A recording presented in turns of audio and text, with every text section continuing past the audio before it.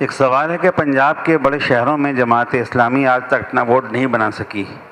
اسی سے ملتا جلتا ایک اور سوال آیا ہے کہ پاکستان کی اکثریت دیہی علاقوں میں رہتی ہے، جماعت اسلامی دیہی علاقوں میں کام پہ خصوصی توجہ کیوں نہیں دیتی؟ کے پی کے علاوہ سندھ پنجاب میں خصوصی طور پر کام کی ضرورت ہے. جی بہت اہم چیلنج ہے جماعت کے لیے کہ جس معاشرے میں ابھی بھی جو سینسس ہوا ہے تو 2/3 اکثریت دیہاتوں میں رہتی ہے. میرا خیال تھا کہ یہ فگر زیادہ بدلے گی، لیکن جو فگر آئی ہے ابھی عبوری، تو 2/3 لوگ گاؤں میں رہتے ہیں. گاؤں سے مراد ضروری نہیں کہ بالکل گاؤں ہو، چھوٹے شہروں میں. تو وہاں تک ہم نہیں پہنچ پائے مؤثر طور پر، اور پہنچے ہیں تو وہاں کے سماج کو بدل نہیں سکے.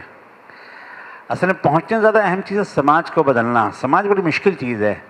حکومت بدل جاتی ہے، قوانین بدل جاتے ہیں، یہاں تک کہ ملک ٹوٹ پھوٹ جاتے ہیں، لیکن جو سماج ہے، جو سوسائٹی ہے، جو معاشرہ ہے، وہ کم و بیش یکساں رہتا ہے. مثال کے طور پر پاکستان بننے سے پہلے جو سندھ کا علاقہ ہوگا یا پنجاب کا، وہ کم و بیش ایسا ہی ہوگا جیسا آج ہے. تو ملک بننے سے تو کچھ بڑی تبدیلی نہیں آ گئی. پیپلز پارٹی کی حکومت ہو، مسلم لیگ کی ہو یا فوجیوں کی ہو، چیزیں وہی رہتی ہیں.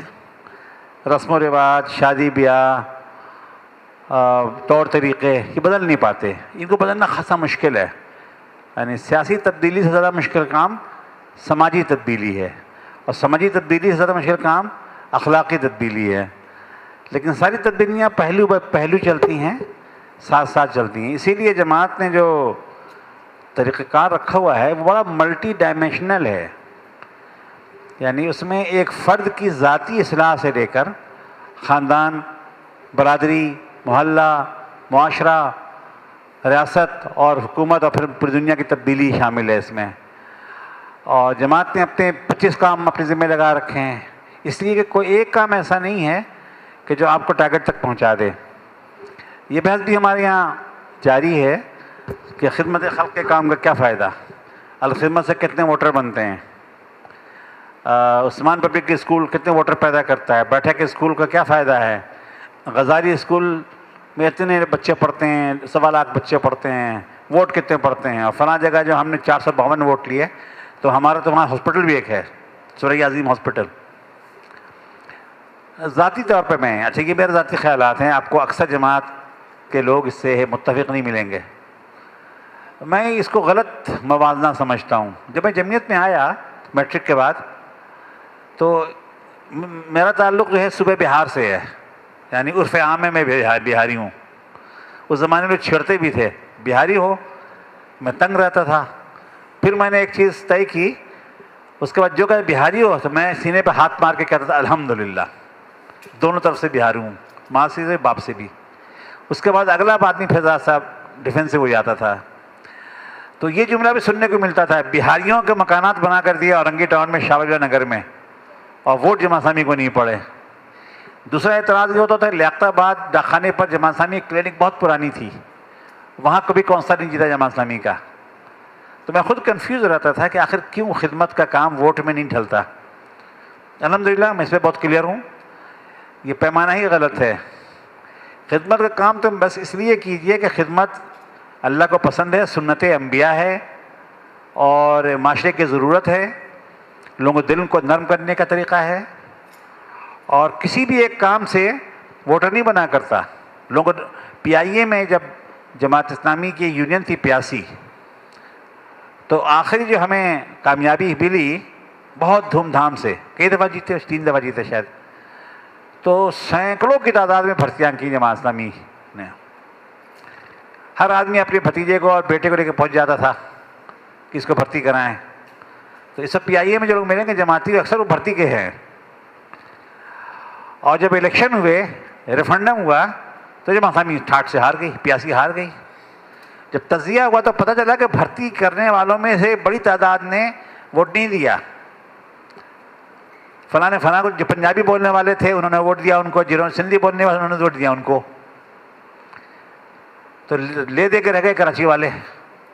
پورے پاکستان میں بھرتیاں ہوئی تھیں، بری طرح سے ہار گئے. پھر خوب پٹائی بھی خوب ہوئی اس کے بعد. پھر وہاں ٹریڈ یونین میں مار پٹائی بھی ہوتی تھی، تو جماعتیوں خوب کٹ لگی وہاں پر، جتنے والی پارٹی نے مارا. تو اس کا یہ مطلب نہیں ہے کہ آئندہ آپ بھرتی نہ کریں یا آئندہ آپ نوکری نہ دلائیں. بھرتی سے میری مراد یہ ہے کہ میرٹ کو توڑے بغیر, نااہلوں کو بھرتی کی بات میں نہیں کہہ رہا ہوں کہ چاہیے ڈاکٹر اور آپ جو ہے بی اے پاس کو ڈاکٹر لگوا دیں وہاں پہ.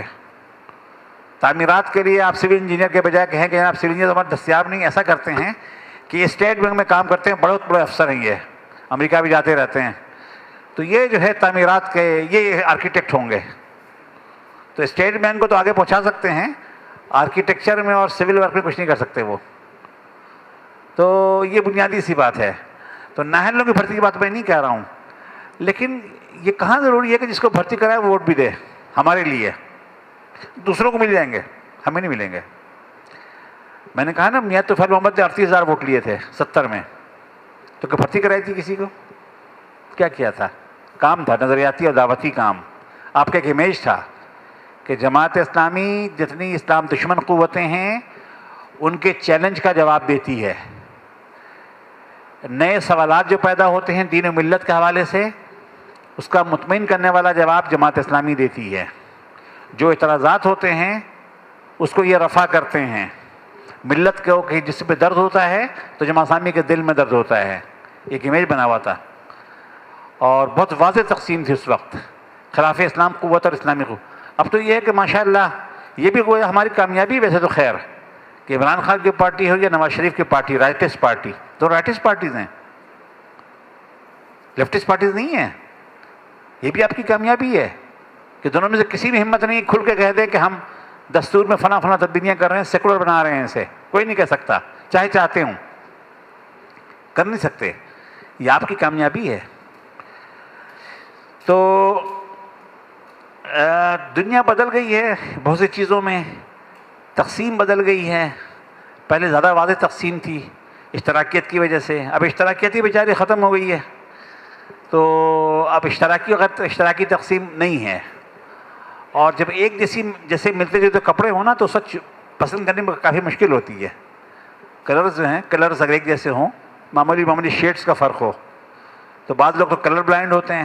معاشرے میں شاید خاصی کلر بلائنڈنس ہے.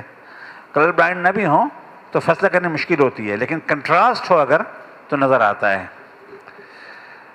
تو بہرحال اللہ تعالیٰ نے اپنے دین کا کام لینا ہے, آپ نے چھوڑ دیا تو کوئی اور کرے گا. یہ کام تو ہوتا رہے گا. دنیا میں خیر اور شر کے درمیان مقابلہ لگا رہے گا, کشمکش چلتی رہے گی. خیر کو غلبہ ملے گا, کبھی شر کو غلبہ ملے گا. اس لیے کہ کسی ایک کا خاتمہ دنیا کے خاتمے کا سبب بنے گا. خیر ختم ہو جائے یا شر ختم ہو جائے, قیامت تک اللہ کی اسکیم یہ ہے کہ ان کے درمیان کشمکش جاری رہے. وہ کشمکش جاری رہے گی. ہمارا کام یہ ہے کہ ہم خیر کے ساتھ رہیں اور خیر کی قوتوں کو تقویت پہنچاتے رہیں. یہاں بہت اچھا کوٹیشن مولانا مدعو کی لگا ہوا ہے. کیا لکھا ہوا اوپر؟ نہیں, ادھر جو ہے اس طرف. ہاں جی, اس کو ضرور پڑھیے گا آپ لوگ. یہ فکر کا نچوڑ ہے, جدوجہد پہ آپ کے بہترین تبصرہ ہے یہ.